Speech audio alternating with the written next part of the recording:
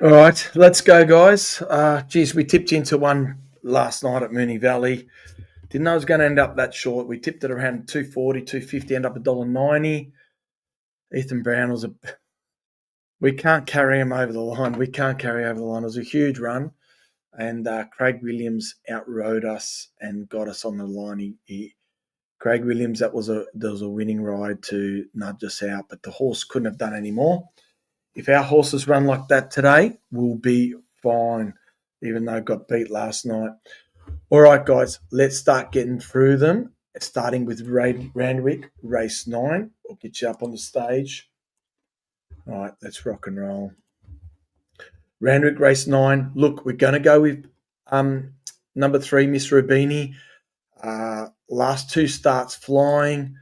You can see this horse does about benchmark, and then she went to the +2. When they've got that many ratings as a benchmark, it's a platform that they're going to step up, and she really did. It was a huge run last start in a big race, and that puts her right up in this race. That +2. 5 weeks between runs. She's done this before for 5-week break here. One at the Gold Coast.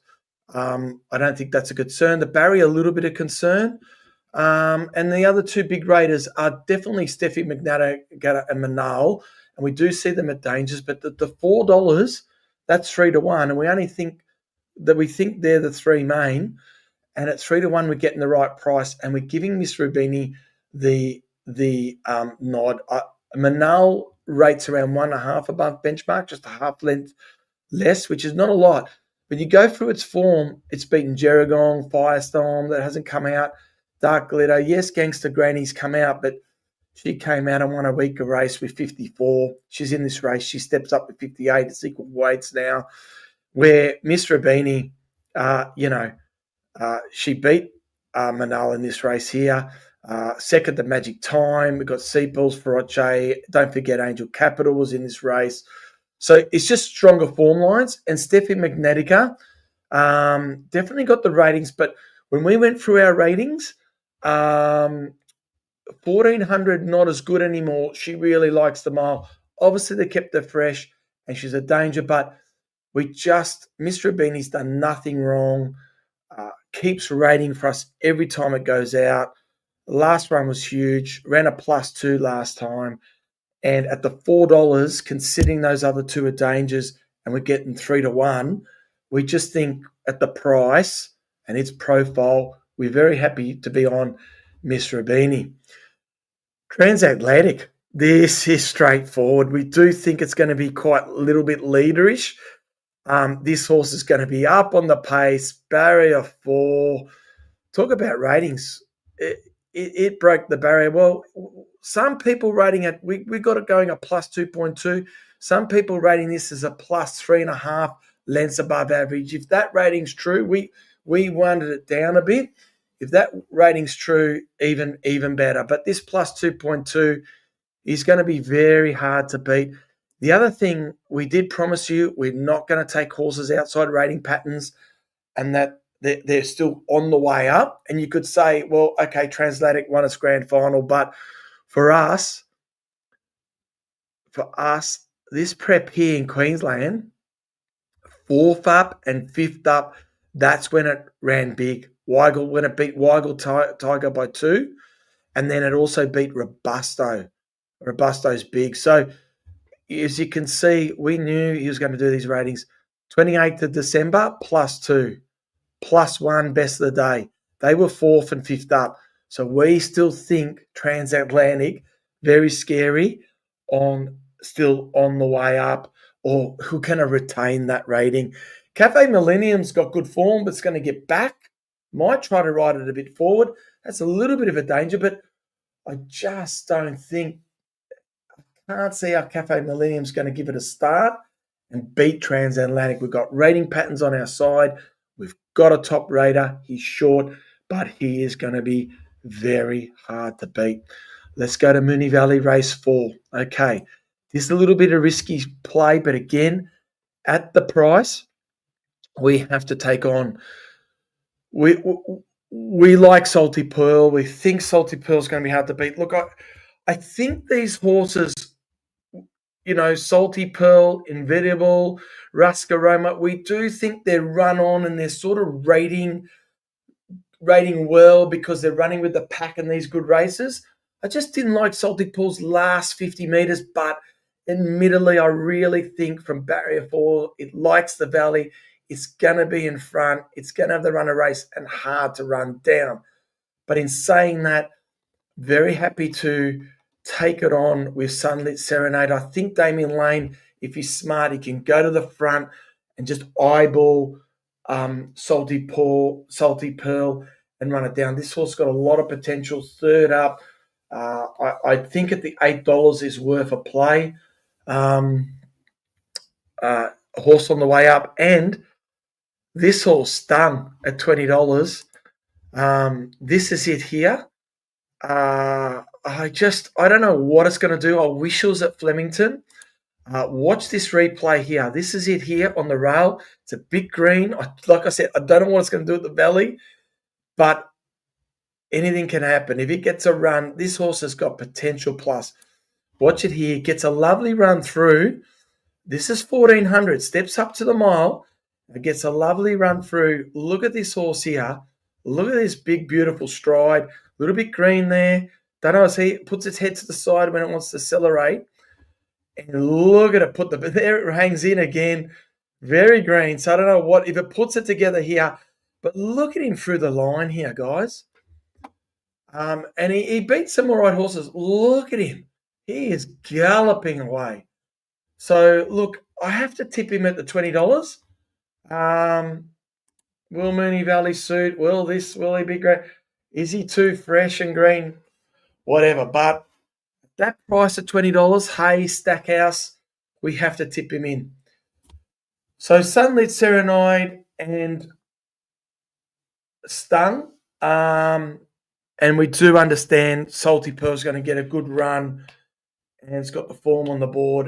And it's only fourth up too. So, but we just think we're prepared to take it on at those prices, even though not everything is with us. But let's go to Moonee Valley Race 8. Talk about things that are with us is Charmstone. 2 starts at the Valley for 2 wins. Track and distance 2 for 2. Distance 6 for 3. Okay, they're just normal stats, but let's talk about it. Won a Group 1 last start. First up, it goes well fresh. I love the 4-week gap to 28 days. The stable is saying this horse has come on from that run. It does normally win second up. The only time it didn't win second up was last prep. Something obviously went wrong.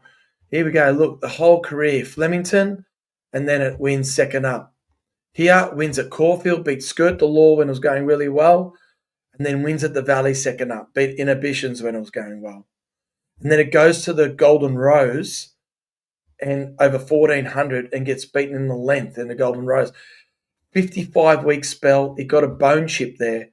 So this horse is very lightly raced, took time to get back. Even here, look at its second up run here, 4 lengths, second up. It improves and nearly beats Mahaba and Ray Magnerio over Flemington again. Now, this was a very big run if you get the video out. And you say Mahaba, Ray Magnerio. Ray Magnerio, winner last week. What I'm saying is this horse is a horse. It wins its Group 1 Sangster there, beating Amina and Commemorative. I think that last start, it wins a Group 1. It rated through the roof. What do we have it rating? We had it rating 3.5. That's a big, big, big rating, guys. Wins the Group 1, drops down to this Group 2, stays at weight for age, should improve second up, 28-day gap. At this price, some TAP's got 250. Really, guys, if you take away all the noise, this horse could be $1.50. It's going to be hard to beat, especially at the end. They should be running on. Keep your powder dry. It'll probably come in if they run on, but if you see they're making ground, we've got B Shin in the saddle. I'm talking enough. I think Bridal Waltz has got potential. I think Vestas has got potential. But they're coming off a Group 1 weight for age where they beat horses like Lady Shenandoah and Barrack Will? No. So same with Tropicus. They're horses I like. Neon's a little bit out of form. Everyone will do it. You just got to look at the facts here, and Charmstone is our dynamite tip and very hard to beat. All right. Moonee Valley race 10. We're going with Antino. A little bit like the Miss Roumbini tip. The $4 is about the right price, considering what we're up against. Rating pattern. Well, I did promise you we're going to go with horses rating pattern, going to go horses rate high. And here we are here. 1, 2, 3, fourth up. Fourth up last start, wins by 6.5 lengths at Caulfield over the mile. Okay, it's over the mile.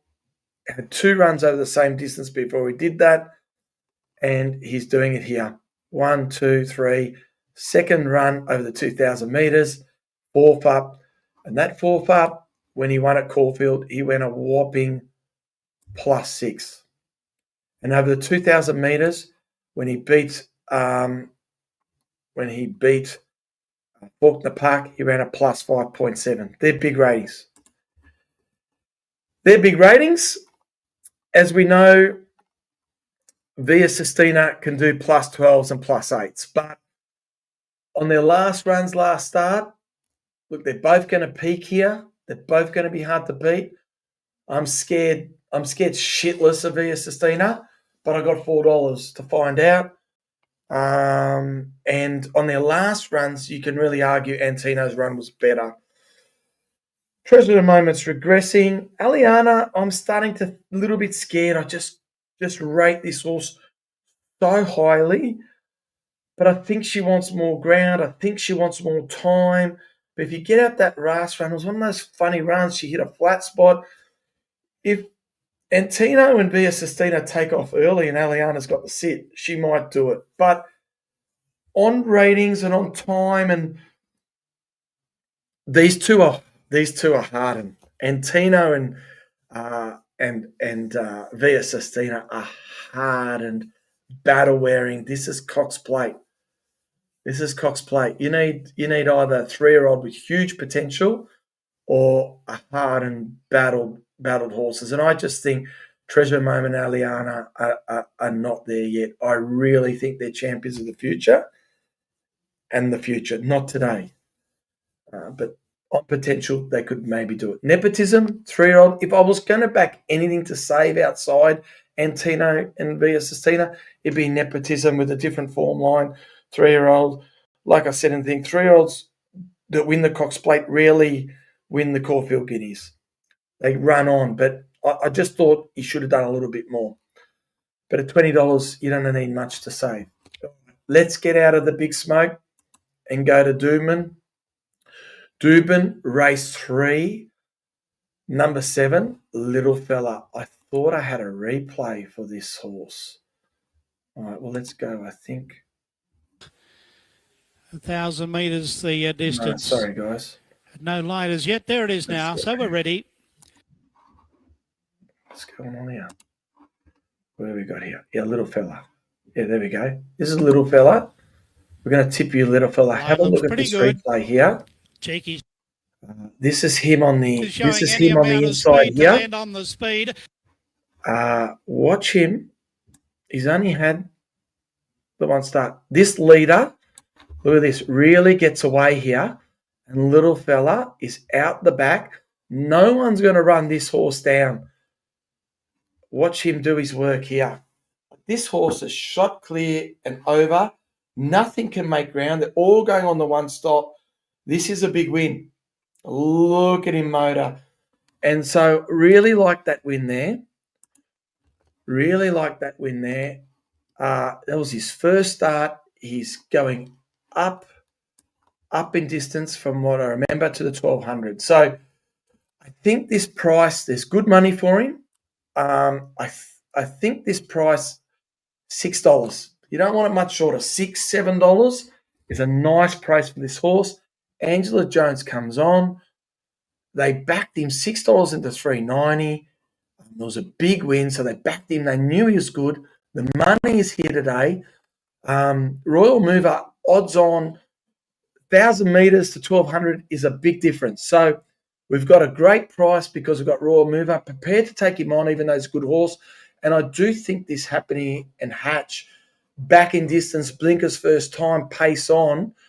I think the pace will be on here, and we don't know. Look, I wouldn't be taking $1.80 Royal Mover because I really think, number one, Happy Hatch and this little fella is a danger. Happy to be on little fella at $6.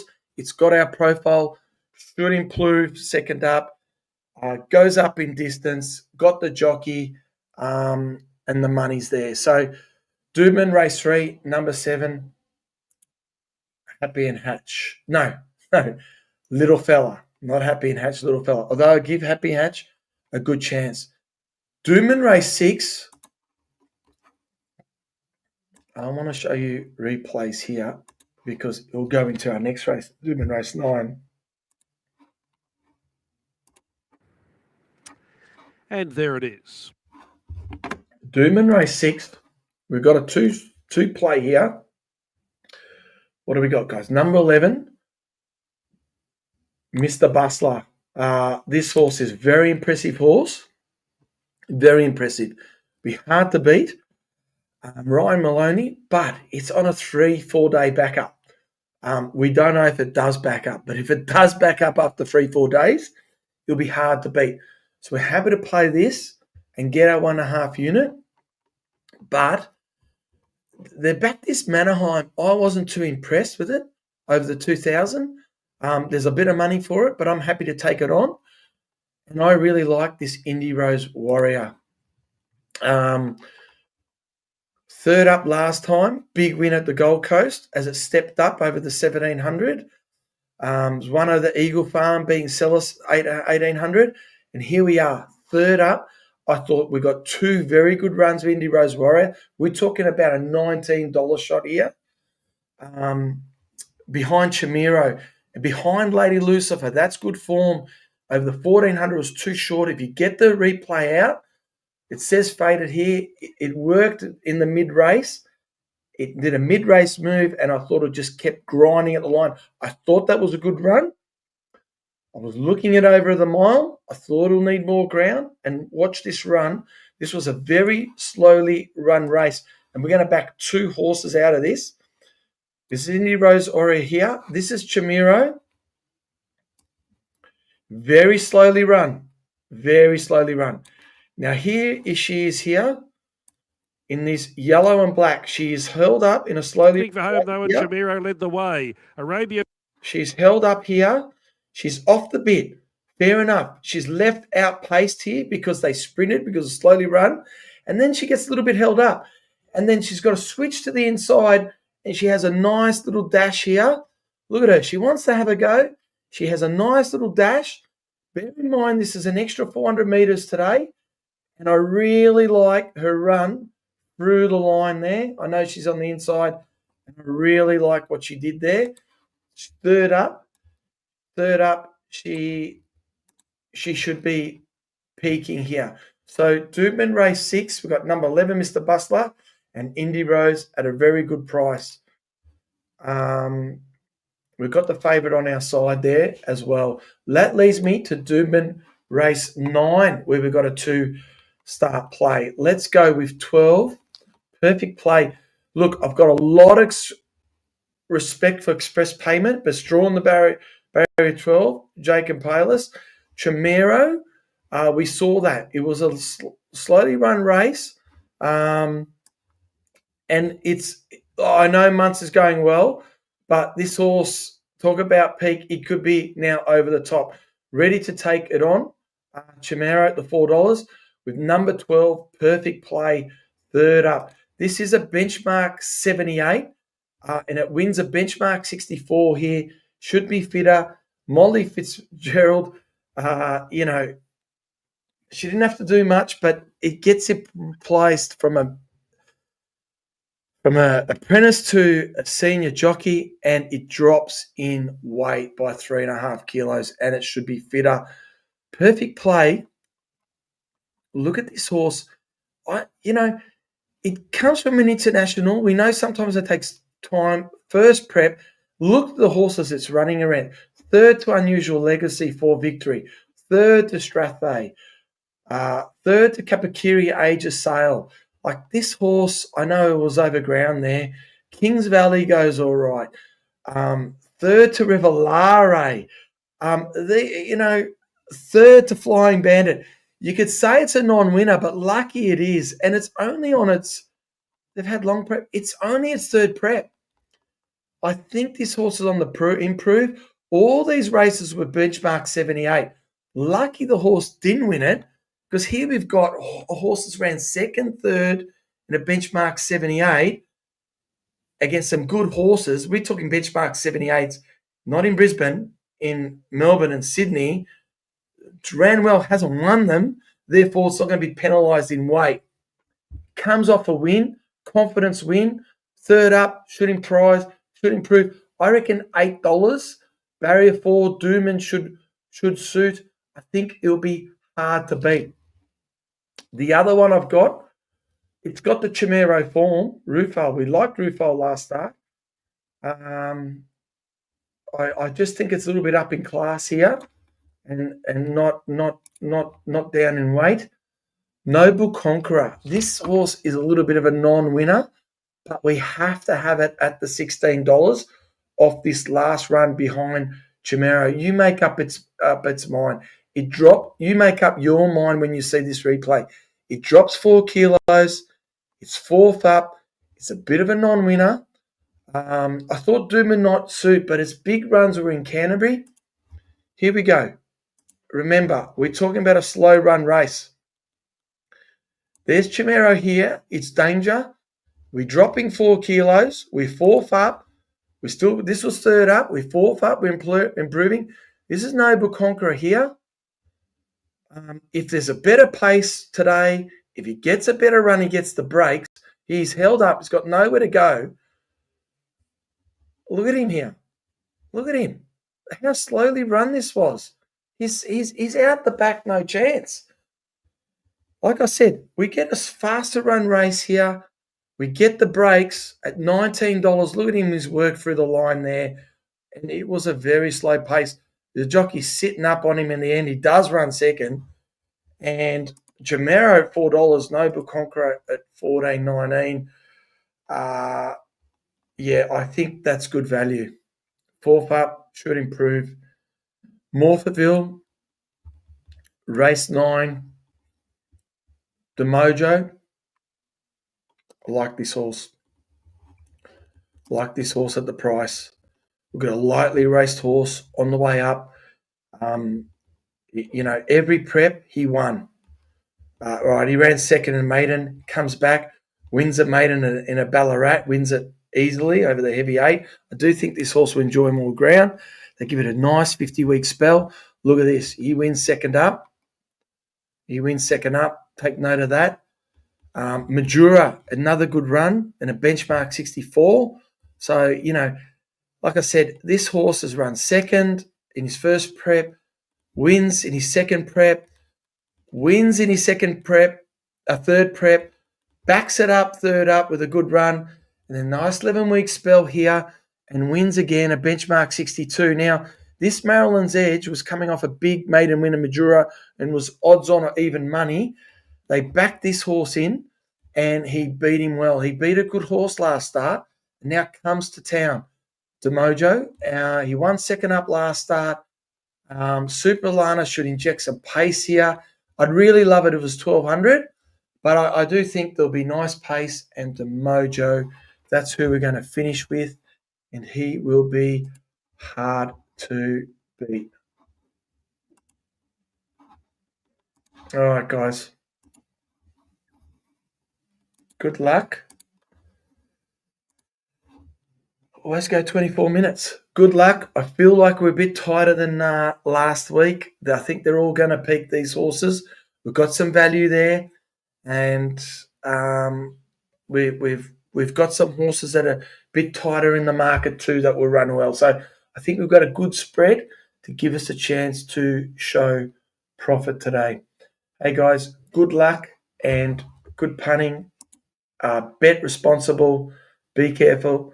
There's never any sure things or good things in this game. And I wish you all the best. Happy Cox Plate Day. If you're going to Monee Valley, I'm going to go to the Valley. I have to go. I watch so many Cox Plates there. I haven't been to the Valley for a while. I'm just going to go in the public there and just soak it all up for the last time. I'm 50 years old now, and I was going there since I was 20. So, between 20 and 30 years old before I got married, I hammered the Valley for a good 10 years there, punting with cash with those bookmakers, taking them on. I'm just going to go in the public, and it's going to be very nostalgic for me. And I might even take some cash with me and bet some old style. I might put a post up for you guys. All right. All the best. See yous. Enjoy. Have a great weekend. Bye, guys. Imagine what you could be buying instead. For free and confidential support, call 1-800-858-858 or visit gamblinghelponline.org.au.